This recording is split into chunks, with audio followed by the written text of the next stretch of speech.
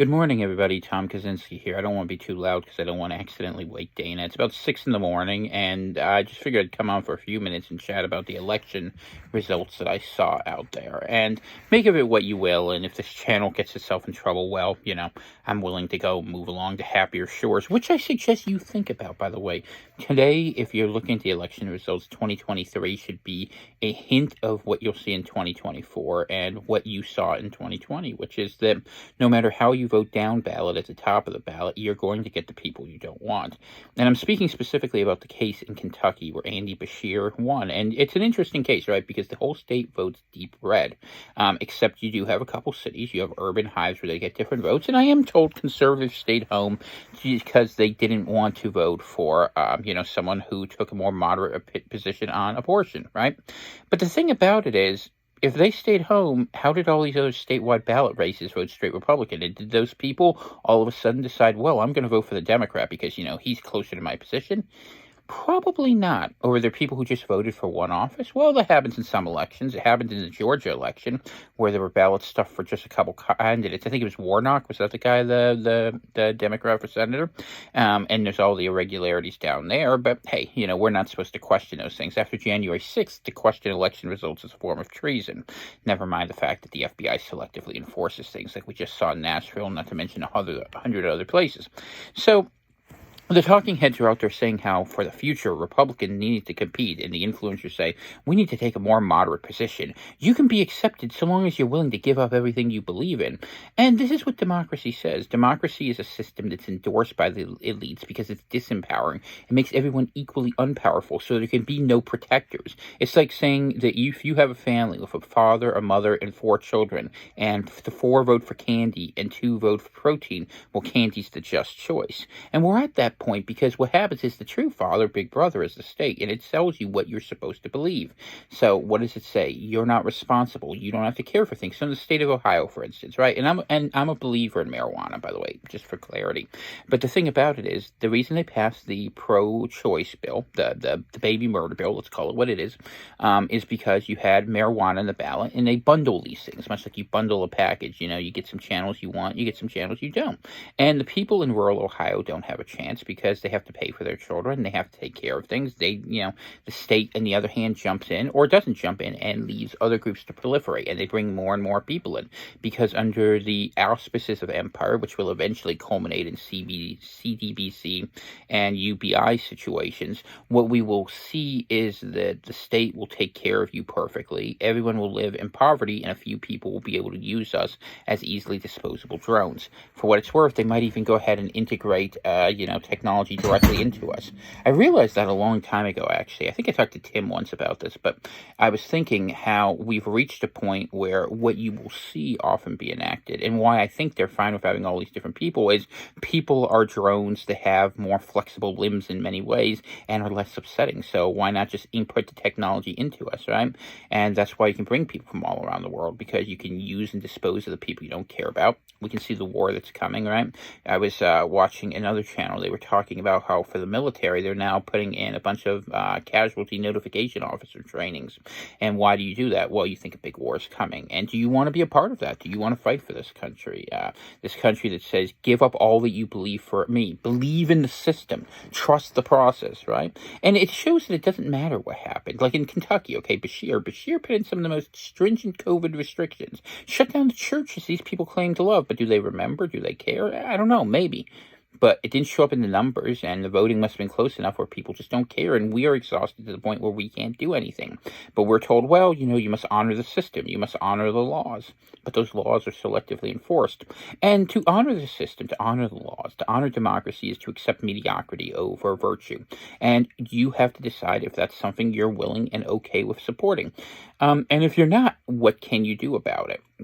Now, given the advanced surveillance state in the United States of America, and given how it's targeted directly at one group of people, high agency people who want to make something good happen, if you happen to look a little bit like me, you might actually be on that list and constantly be monitored. You can make the choice of exile and accept the true American legacy of living on the frontier, which I think is a reasonable position that some of us will choose to take. And if you think the same way I do, I recommend you think that way a little more openly, because the day is not so far off where people will support things you find abhorrent, and you will be forced by the idea that you are caught up in their social contract to do it along with them, or you take what you can and escape as best you can. And whether that means in country, out country, I'm not here to tell you what your family circumstances are. I'm not here to tell you how you value the rest of your life versus some perceived nostalgia for a legacy you might have. I will tell you this, I am looking to leave, and if you are prudent, I think you will do the same, because the one thing we learned yesterday is that nothing changes. It's getting worse, and those of us who've been saying for a while that demography is destiny have been saying the correct item, and realistically, the propaganda machine is stronger than it ever was. And if nobody cares about politics, which is really a reasonable outcome that comes from the idea that governments lie and do awful things, if we are all so fatigued we can't do anything anymore, then what happens is that even the pretense doesn't have to be carried forward, because people aren't watching, so they won't believe what the outcomes are. And I say this as a non-voter. I don't vote because to me that would imply that I want to participate in the system, okay? And I don't. I've chosen to be an active dissent and to move along. I wouldn't even say I'm in opposition. I'm past that point too. I don't want to fix it. I don't believe in it. I don't want to save it. And when you look at models around the world, look at the countries which are growing up, okay? Let's not even pick countries that are, contentious for their political reasons. Pick Dubai, okay? Dubai, you have a small elite who works for a narrow group of people, who builds great wealth through having strict laws, or Singapore, it's not something you have to pick it, or El Salvador, who's actually getting your act together. What do you need? You need someone who's strong. You need someone who's going to enforce things. You need someone who is going to have a vision. And of course the media will call them out. Why wouldn't they? Because the media has been the siren song singer leading us down the glide path to destruction for quite a long time. And that's not going to change. You have to know that. I think most of you do know that. Give me 1 second here. You have to do some work here while we're working together. But it's a big problem. It's not going away. It's not getting better. And you're going to be either disappointed in 2024 by votes that they do just to mock you, or you should be even more worried if they give you what you want. Because if they give you what you want, there's a guy out there who's running, who a lot of you like, who used to tell a poem about a snake, and that you knew what you were dealing with the whole damn time.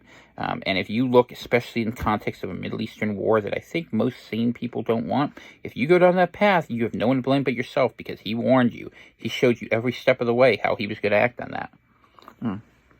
And maybe you don't want to get into a war with Ukraine, but news for you, the war in Ukraine's over.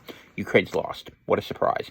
Told you that the whole time. And Russia chose to fight it slow through attrition so that the people would be gone, so they could inherit the land and deal with it. That was a choice. I'm sure that has its own contentious views with it, but that's how you have to do these things sometimes. So it's one of those things that's a little bit difficult. All right, give me 20 seconds here. Got to do something real fast here. But anyway, yeah, I'm actually trying to fit in talking to you guys while I do a little bit of work, just because I know that you guys like spending time with me, and it's a good time for me to remind you that now, if you want to support the program, Venmo is there. That's very helpful. I think, and that's CVCPRV, and you can send things to P.O. Box 343, Eagle Lake, Maine, 04739. We're still here for one more winter. The snow's coming down, and it's something that's going to be a lot for us to handle this year. It snowed and then it rained, so I was clearing all that out, but it's certainly an interesting thing. All right, give me 1 more second here.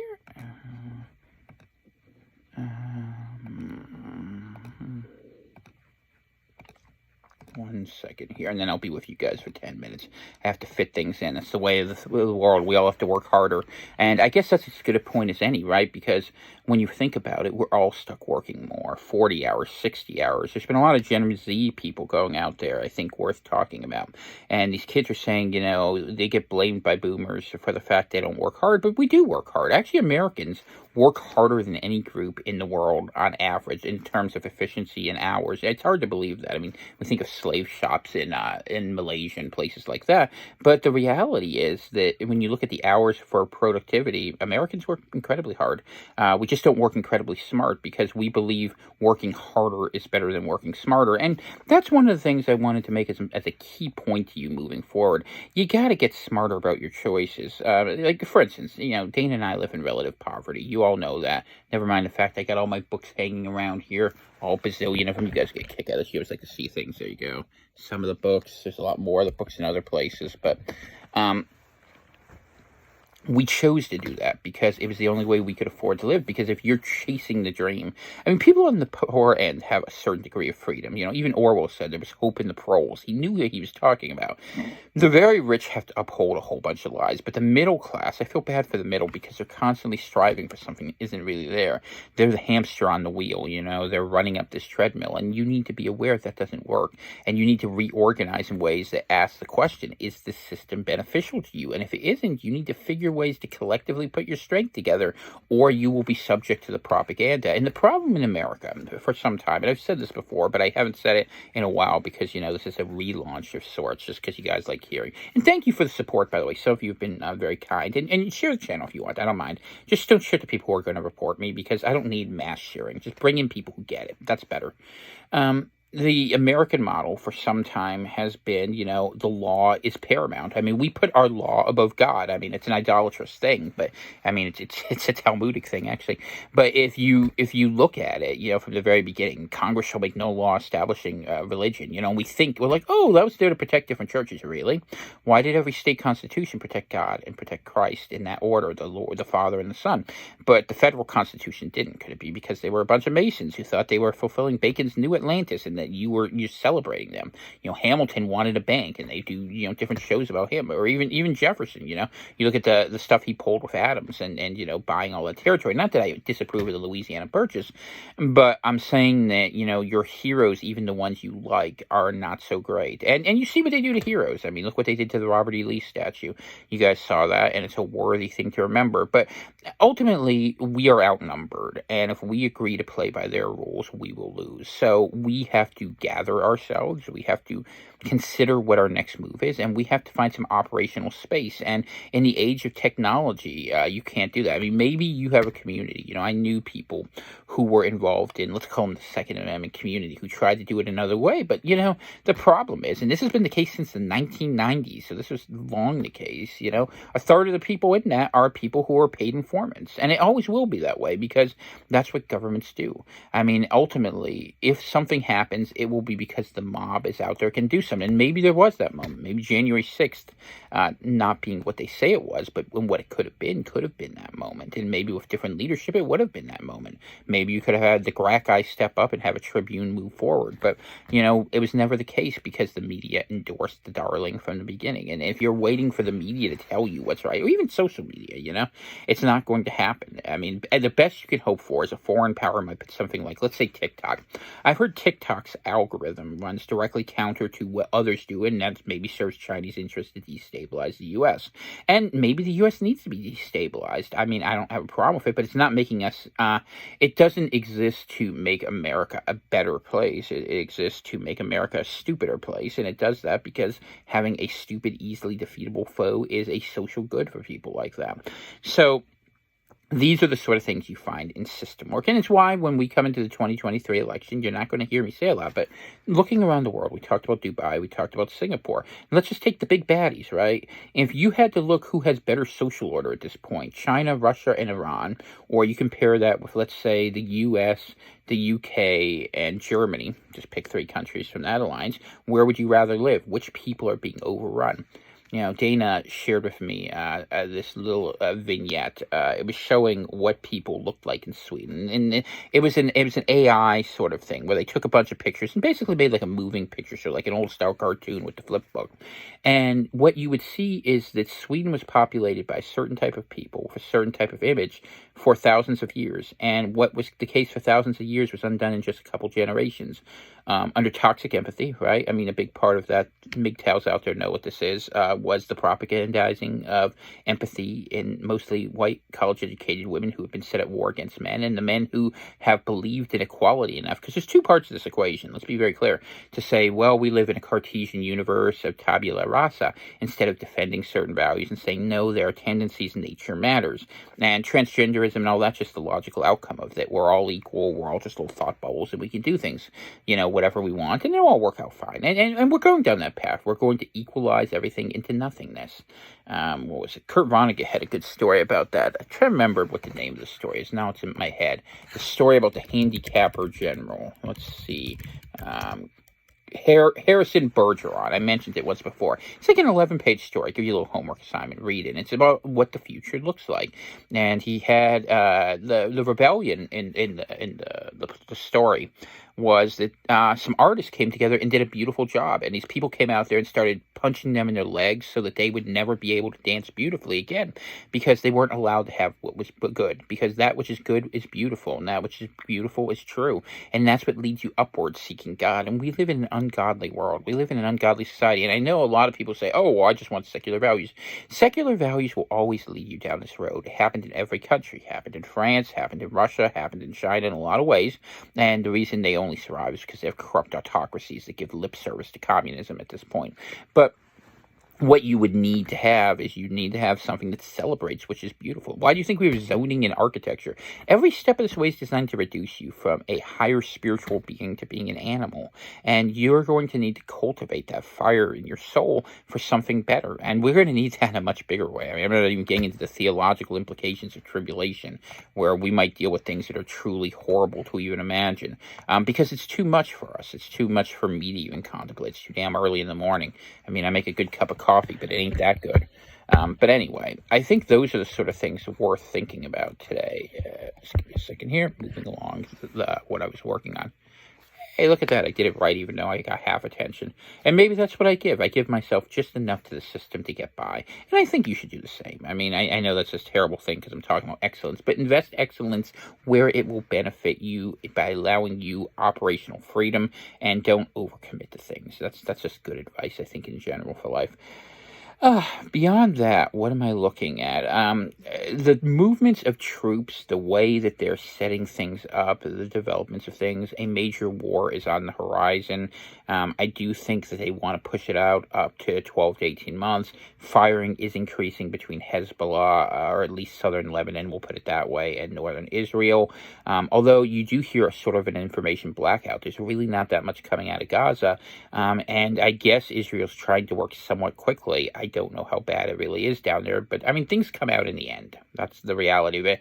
And I think it's interesting too, because one side's used to having their propaganda believed without any, discernment or, actually looking at the claims. And that isn't the case anymore.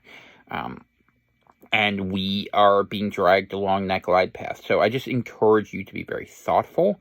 I know I got a lot of people who listen to the show who used to be part of the system, who defended the laws. And I feel bad because it's a good impulse, but your best impulses are weaponized against you in this system. And that's what you need to be careful about.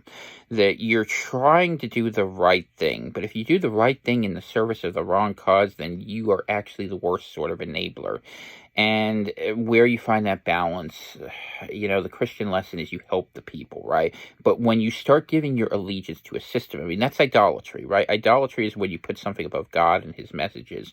And Christ had a really, really simple message. He said, love the Father with all your heart. So, God first, simple enough. Because without God, there's no truth. Without truth, there's chaos. That's where we are. That's why he said that. And then love others as you love yourself. And that's fairness. That's equity. It's not saying that you have to love people absolutely, although Christ did. And it's something to aspire to.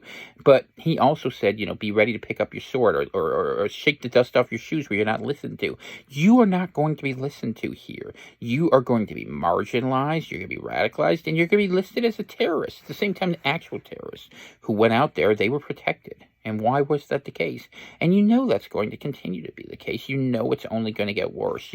People who look like me are a dying breed. I'm probably past the half point of my life now, and life expectancy is going down. Actually, this is true. Life expectancy is going down. Part of it's the schedule of jabs that plays a big role, but the spread of diseases and an unhealthy lifestyle. So try to find health and try to find escape.